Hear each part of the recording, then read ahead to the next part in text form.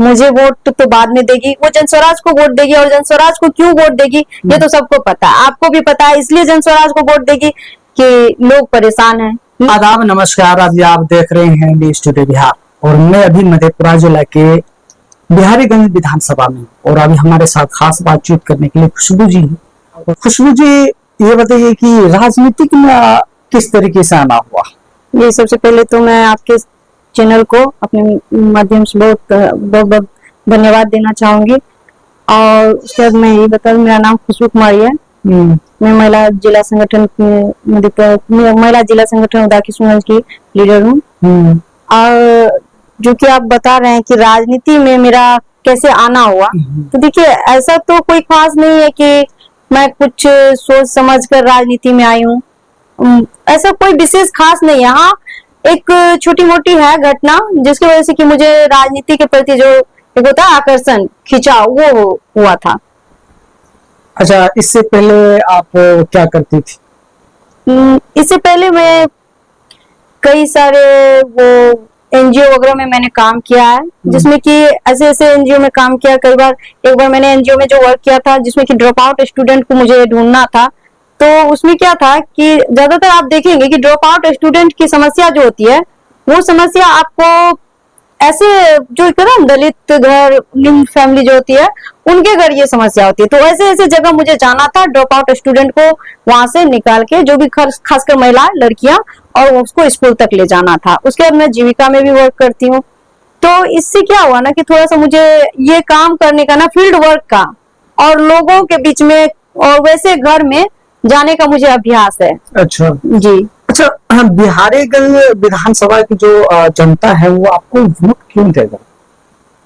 जी देखिए, बिहारीगंज विधानसभा की जनता जो है, इसके तो दो तीन कारण है। पहला कारण तो मैं यही बोलूंगी सबसे पहले कि वो जनस्वराज को वोट देगी। मुझे वोट तो बाद में देगी, वो जनस्वराज को वोट देगी। और जनस्वराज को क्यों वोट देगी ये तो सबको पता है, आपको भी पता है, इसलिए जनस्वराज को वोट देगी कि लोग परेशान हैं। लोग दो पार्टी के, एक कहता है ना, बीच में पिस रही है। दो पार्टी जो है, दोनों एक चक्की की तरह है, लोग उसमें पिसे जा रहे हैं। उनको एक ऑप्शन चाहिए था अपनी इस बदहाली से निकलने के लिए, इसलिए जो है ना वो जनस्वराज को वोट देगी। दूसरी बात है कि जनस्वराज के बाद अगर आप मेरा फेस देखना चाहेंगे कि मुझे क्यों वोट देगी, तो जनस्वराज एक ऐसा प्लेटफॉर्म है कि पहली बार महिला को इतना ज्यादा तजर्बा दी है। महिला होने के नाते भी मुझे बहुत ज्यादा प्यार मिल रहा है। महिलाओं को यह लग रहा है ना कि एक महिला आगे बढ़ेगी, मैं इसलिए महिला को सपोर्ट करूंगी। और तीसरी बात यह है कि मैं खुद एक मिडिल क्लास फैमिली से हूँ, तो मैं मिडिल क्लास फैमिली की क्या दर्द होती है, या फिर उससे जो छोटे भी रहते हैं, उनसे जो कम है, गरीब जिनको बोलते हैं, उनके क्या दर्द है, क्या परेशानियां हैं, तो जितने अच्छे से मैं समझ सकती हूँ, मुझे लगता है कि जो बाहर से ऐसे आ जाएं, उनको कम समझ में आएगा। तो शायद मैं भी इसलिए वोट देंगे। अच्छा, अगर मान लीजिए कि आप बिहारीगंज विधानसभा से जीत करके सदन में जाएंगे, तो बिहारीगंज वासियों के लिए सबसे पहले क्या काम करेंगे?